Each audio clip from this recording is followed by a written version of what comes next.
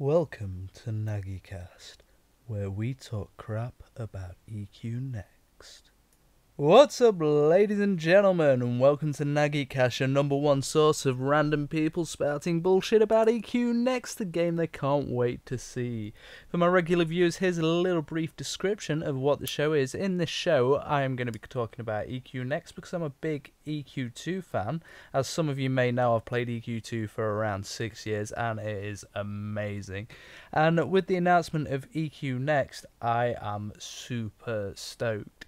So this is going to be a bit more of a talk show. It's not going to have a regular release schedule until regular news starts coming out of SOE. And I hope to have guests on it eventually and things like that so we can actually get some discussion going. But for this first episode, it will be essentially me spouting a load of stuff about what I would like to see in EQnext. I hope you enjoy the show. Let me know what you like and don't like in the comments, and I will get back to you. So let's kick it off by starting to talk about the races of EQ2 in comparison to EQnext and what we expect to see there, or what we're guessing is going to be there anyway. So in EQ currently we have 20 races. That's in EQ2, by the way. We have the Dwarf, the Fae, the Frogalock, the Halfling, the High Elf, the Wood Elf, the Barbarian, the Eredin, the Gnome, the High Elf, the Human, the Kara, the Asari, the Dark Elves, the Iskar, the Ogres, Ratonga, Sarnak, Trolls, and Freebloods.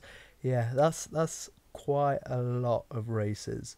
So what do we think will be in EQnext? To be honest, this is something that I am almost clueless of. But there is two that I can almost guarantee won't be in EQnext. I am guessing the Freeblood and the Frogalock. The reason I'm guessing those two races in particular is because one, Freeblood doesn't have a hell of a lot of lore around it at the minute compared to the other races. It's got lore, but not as much as the other races. And the Frogalock, I just don't see played, so I'm doubting they'll be willing to take the time to put the Frogalock across. As for the other 18 races, I don't expect all of them to be in there, don't get me wrong, but there's a few I think we can expect, which would be the Dwarf, the High Elves, probably the Kara, don't know how to pronounce that actually, Humans, the Asari, the Iskar, and the Ratonga, hopefully, because I like playing Ratonga. But that's what I'm expecting to see over EQnext. I don't really want to dwell too much on the races because, honestly, I have no idea when it comes to actually what races I think will be in. Because there's just so much there and so much information to go over. So let's go on to talking about what we would like, or what I would like anyway, from a questing experience in what we expect EQnext to be. So, questing. Well, we're all expecting EQnext to be a sandbox environment. For those that you aren't familiar with a sandbox environment, I'm talking similar to Star Wars Galaxies, how it was originally, and games like Firefall and EVE Online. But there's some things that I would like to see from those games in EQnext, and some things that I wouldn't. But let's specifically talk about questing for the minute. I don't want quests. I know it sounds a bit crazy in this whole theme park sandboxy MMO world we've got into, but I don't want goddamn questing. It's alright having the occasional quest and things like that, but what I would prefer to see is people just stumbling across things. You're walking around, oh look, there's a cave entrance there, let's go and have a look. Oh, there's a massive dungeon that's got 7 or 8 different paths, some of them lead to dead ends, some of them don't. Oh, there's skeletons in here, who'd have thunk it? And just like exploring the world and discovering this stuff for themselves. Now, I agree there's got to be a certain amount of questing in there, but I want that to be kept really minimal in the gameplay experience. I want it to all be about discovery, like it was in Star Wars Galaxies. Because the players made the content in Star Wars Galaxies. Without the players there, it would have been rubbish. And I'm hoping the same happens in EQnext, simply because everybody that plays Star Wars Galaxies has got an amazing story to tell, or a completely random or outrageous story to tell. And that's because not everybody was doing the same thing all the time. Not everybody was being the mighty hero of Norath, travelling through, slaying dragons. You had dancers, you had doctors, you had PvP in the open world where players would set up massive encampments and the factions would fight against each other to gain control of these camps and the player cities. People could come and attack player cities. It was amazing and everybody had a story. As for questing, how I would personally like to see it structured is you get very basic quests for very basic things like money and stuff like that. If you want a new mount, you should have to grind your ass off for that as far as I'm concerned. So it's more special. Not everybody's got it because not everybody's willing to put the time in. For me, MMOs at the minute are catering far too much to, I hate to say it, but the best word I can think of is the casual player. The player that only gets on once or twice a week for a couple of hours. And I don't really want that in my games. I want it so if I decide to play like maybe 5-6 hours straight, I end up with something awesome, something amazing. And the casual guy who's playing an hour or two ends up with something, but it's not as awesome. Now, you could argue that this already happens because of things like raiding. So, the raiding scene, you get awesome gear. But I want it to extend further than that. I want it to extend into mounts and cosmetics, more so than statted gear. Statted gear, I couldn't really care all that much about in this sense because, oh wow, I've got an extra plus 10 over this other guy because I played an extra hour. Woohoo, go me. But where it becomes more important for me is I've got this badass bony mount of awesome skeletonization. He's riding around on a bay pony because he only played 2 hours this week. That's the sort of thing I want to see. I want to get amazing gear because I'm willing to put the time and commitment in. And when I say gear, I'm referring to cosmetics and mounts and stuff like that. I want all that awesome shit because I've put the time in for it.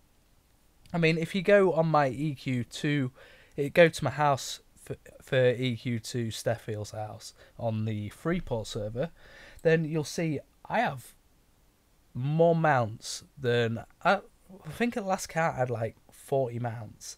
And some of the mounts are cash shop, which is because I love mounts, they were an easy grab. But some of them are from killing like instance bosses over and over again to get this rare mount that drops and stuff like that, which is how I want it to be. So that's questing, what I want for questing in a nutshell. Not too much of it, very few quests. There needs to be quests there to keep certain types of player motivated, but I want very few of them. And I want the element of discovery back in my games. So let's go on to the next thing, which is raiding. And we'll talk a little bit about that. Now, I'll admit now, I'm not a hardcore raider. I have raided in EQ2. I raided a little tiny bit in World of Warcraft during the Lich King expansion. But I'm not a massive raider. But there is things that I would like to see for raiding that I know about from doing a bit raiding in EQ1, doing a bit raiding in EQ2, and from friends that raid, that just sounds amazing and might actually push me to want to raid. So, let us discuss raiding, the most sensitive of subjects. You have your one side, which is, I don't want a hardcore raid, but I want to see everything because I'm entitled.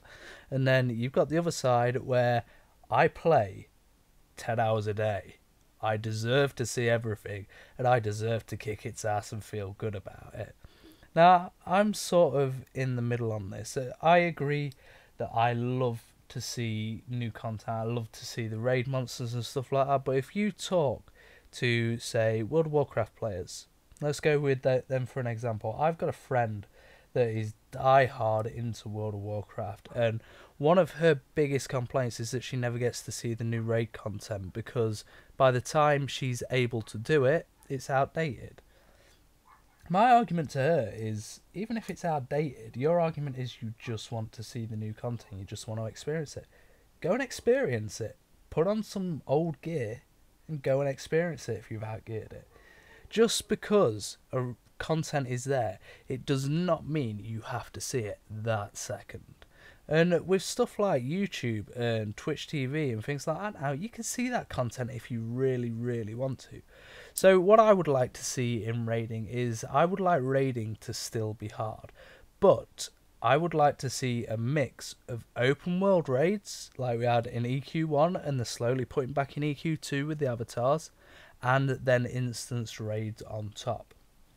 Now the reason I say this is because open raiding is amazing. I've done a little bit of open world raiding and it is amazing, just because there's always that element of uncertainty there, because there's other players in your environment, there's mob spawns around where the raid boss could be, so you've got to do it exactly right. And for those players who can't do it exactly right, at least they get to see the boss, or they can stand on a hill a little ways away and watch a raid group take down the boss, which is awesome in and of itself. If you've ever seen like a full guild gang up on an open world raid boss and just stood and watch it, it's absolutely amazing to watch. It's really, really cool. And you just stand there awestruck. So I want people to be able to see the raiders, like myself, to be able to see the raiders killing the bosses. But then I also want instanced raiding, because the problem with just having open world raiding is that boss has got to be on a respawn timer, because you can't have him popping again as soon as he's been killed, or it's like unlimited farm mode and it gets ridiculous from a game mechanics point of view. So with the open world raid bosses having cooldown timers on them, essentially, there needs to be that instance content to still keep people busy. And that instance content, I really, really hope that every now and then Sony's just like, 2 new raids in, that's it, no other information on it. 2 new raids in, go find them. And they hide them somewhere in the world. They hide the portal to these raid instances somewhere in the world. That to me would just be amazing, because again, it puts the emphasis on the player to go out and explore the world and to discover these new things. And can you imagine being the person that finds that raid entrance first and being like, oh my god, I just found a big ass dragon on the forums?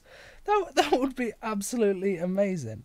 Now, I hope that they go this route, and also that people keep a little bit quiet about finding this sort of stuff, because I want to be able to discover it myself. And with working a lot online, with enjoying a lot of MMO programmed content such as Game Breaker TV, this stuff will get leaked and then it'll be everywhere within an hour. So I really hope that a lot of the player base keeps stum, and I think if the rewards are good enough and if certain mechanics can be in place, then if a raider found the entrance to the new raid, he wouldn't want to tell anybody, because they would want that world's first, which could make the race for world's first even more interesting, because it adds just a little extra bit to the start of it. I hope you understand what I'm saying with that. And next up, we'll be talking about crafting. But I'm going to take a quick 5-minute break, because my throat is now getting very, very dry from 30 minutes of constant talking. So I'll be right back, guys. So, on to crafting. Crafting. I am hoping, praying to the heavens above, that they make crafting the backbone of this new game. The problem with crafting in most MMOs is you can never make the top end gear. What I would like to see personally from EQnext is like games such as Firefall have done, where instead of getting loot drops, I mean in Firefall you still get loot drops, I would prefer there to be no sort of item drops at all. But what I would like to see is you get crafting components from mobs rather than item drops. So you kill Epic Dragon of Epicness, you get a scale that you can then take to a crafter and have made into a piece of armor. So that really brings crafters into the game, and it should help to make the game a social experience again, because you would have to know crafters to be able to get gear made for you. As well as this, it makes crafting a backbone of the economy, which has been missing in most games. I mean, most games crafting is worthless, to be quite honest. There's very few crafting professions that are actually worth doing. So by doing it in this way, it not only makes crafting super important, but it also encourages social interaction. It makes guilds more important because you need crafters within that guild to help you craft your gear and stuff. And above all else, it gives actual purpose to crafting. The other thing that I would like to see from crafting is that to be a crafter, you have to be super hardcore dedicated to crafting, because then it's going to add value to the game as well, to somebody that just wants to pursue crafting. And then you've got your players that just want to pursue PvE, and they can work together and it meshes them together. PvP, I'm not sure about at the minute. I'm still thinking on what I would like to see from PvP, but I would like it again to play into that crafting system, whether it's player cities, open world guild housing that can be attacked, anything like that. That would be amazing, because that would bring your PvPers in to defend the cities or guild halls and attack the cities or guild halls. It would bring your PvEers in to collect resources for the crafters, and it bring your crafters in to keep everybody supplied with what they need, and make armor and weapons have stupid low durability, so shit breaks and you have to go out and get more shit to replace that, to keep the crafting fresh and to make sure that there's always a market for the things that the dedicated crafters are making. So that's my thoughts on crafting at the minute. I'll go a little bit more in depth on a show dedicated to crafting probably after SOE Live, because I want to see what they actually come out with. So next up, let's talk a little bit about leveling. Leveling, how much I despise you, whether it's from 1 to 60, 1 to 80, 1 to 95, whatever it is. Leveling is a big bane for me personally. Now what I'm hoping that they do with EQnext is throw leveling out the window for a start and go more to a system like EQ Online Adventures. EQ Online Adventures had a pretty cool leveling system, or even more so Star Wars Galaxies, because Star Wars Galaxies you were never locked into one class that you were leveling. You could mix and match, so you could take a little bit of Pistolier, a little bit of Creature Handler, and you could really mix it up and make the character unique. Now there's always going to be your this is the optimum build type of peoples, but for us that just want to screw around, I love the idea throwing away levels, giving you points instead to spend in a massive skill tree.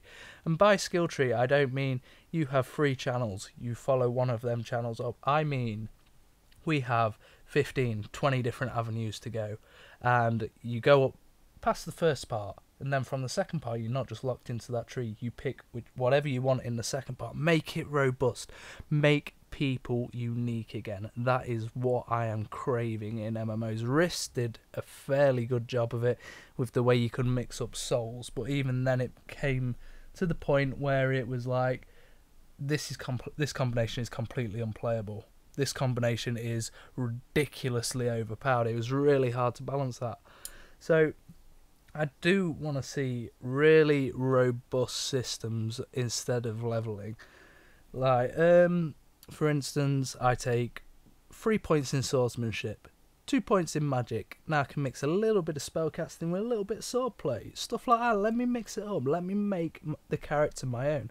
Let me discover what combination I enjoy playing most. I mean, if I'm a swordsman, why can't I learn a little bit of magic on the side as well? Like learn magic missile and stand back, fire a magic missile at the mob, run in, smack him in the face, back out again, fire another spell. That's the sort of gameplay I want. I want robust gameplay, not you are a spellcaster, you stand at the back and you throw spells. You are a warrior, you stand at the front and you take hits in the face. I want to be able to mix it up a little bit. I'm so bored of locked in class systems.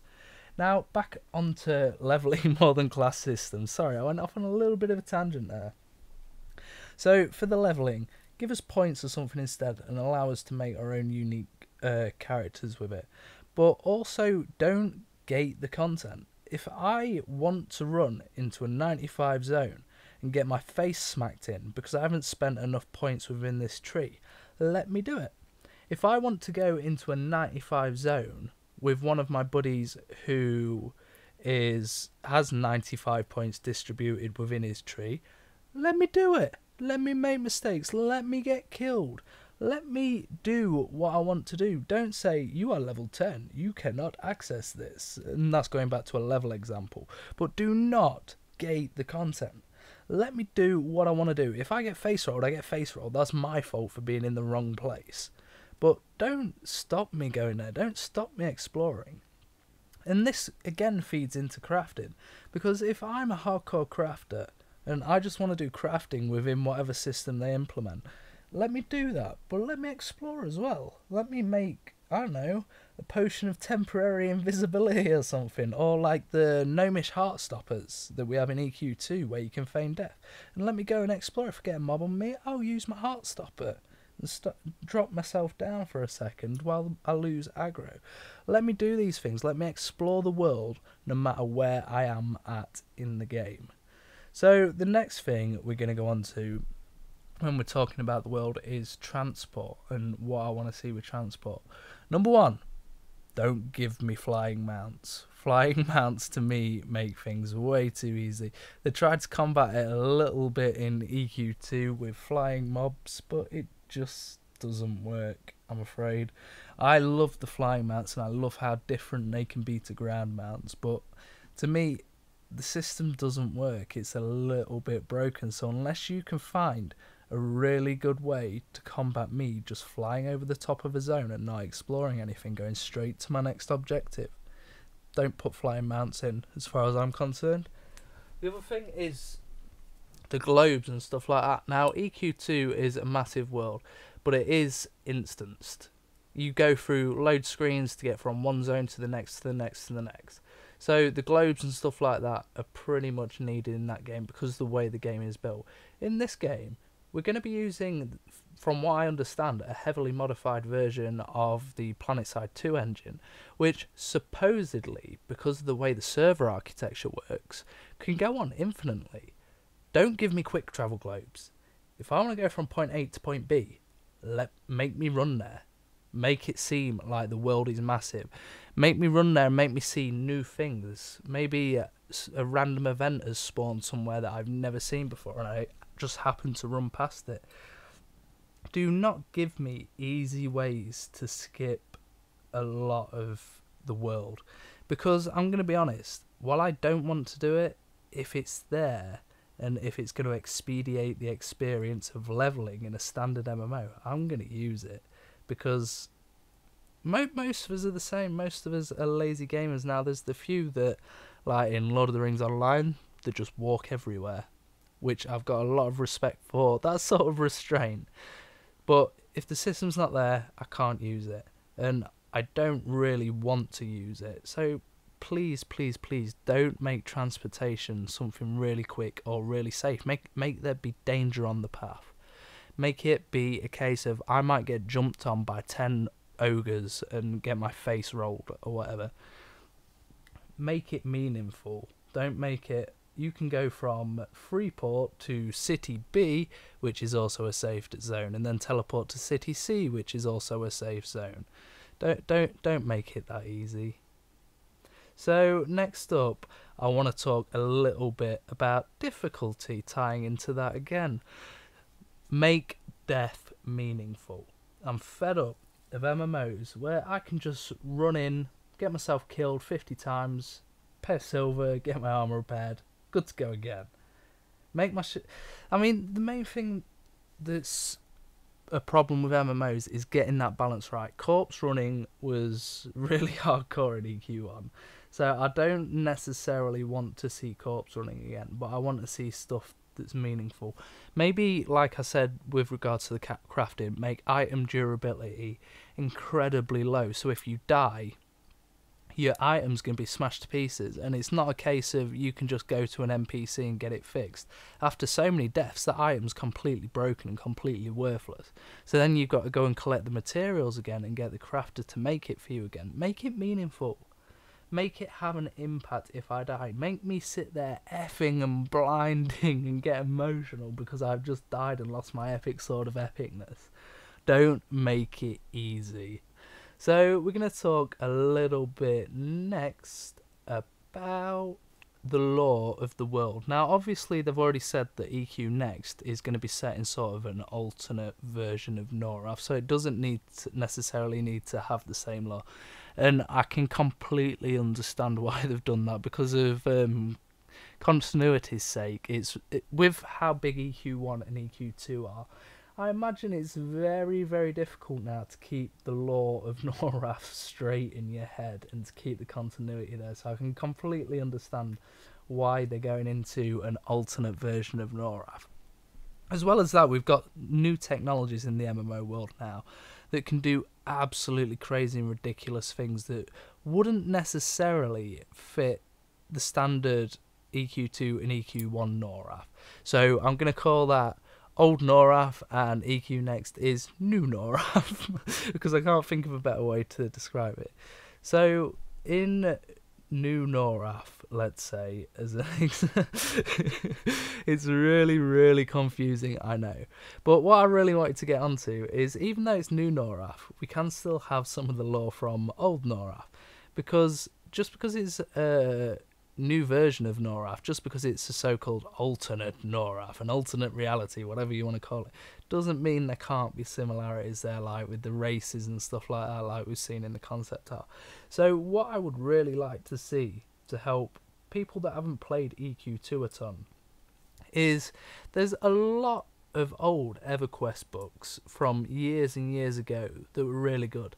I want to see them republished and audiobooks put out of them, to sort of fill people in on the lore, because the lore of Noraf is absolutely incredible. Some of the writing there and some of the quest lines are absolutely amazing. You give that out in audiobook format, and anybody that's excited about the game is going to listen to that while they're playing whatever they're currently playing. I mean, I do it all the time. I'll sit and listen to an audiobook while I'm thumping in Firefall, while I'm grinding for resources or whatever. So please, please, please, please, please, Sony, please release all the old books as audiobooks so I can listen to them again while I'm thumping in Firefall. Because the lore is amazing. I've got like 2 of the books, but because of the age of them, it's really, really hard to get hold of them now. So I would love to see some audiobooks put out and some audio content, rather than trying to explain the lore in a 3-minute cinematic trailer or whatever. Put out some books, put out some audiobooks. There's a good lad. And let me listen to 8-hour epic story in audiobook format, which is a lot cheaper to produce than your CGI trailers, Sony. I believe it is, because I've been involved in that industry a little bit.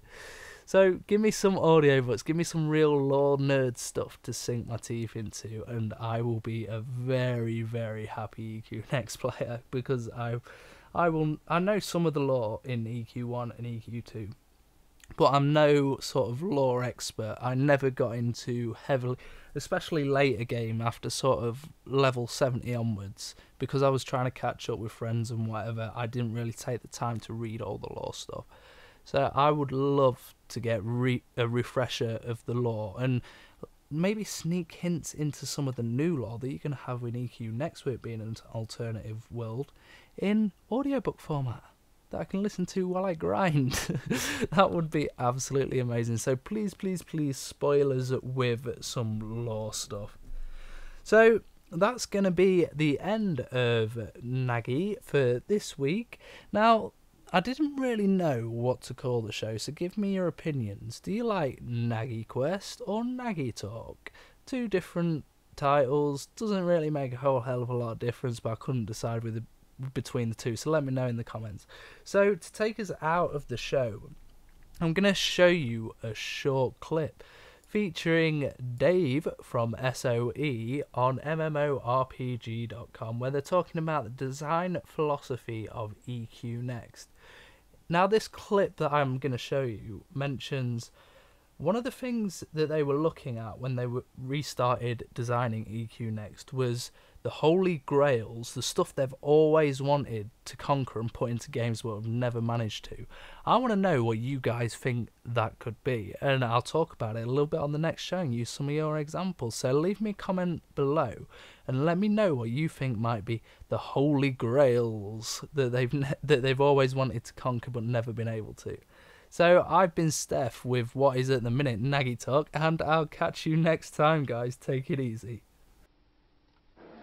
Well, when we started working on EQnext, before I was involved in it, they were essentially honing the MMO model. Right. The MMO model that we all know and love, that we Right. played. Right.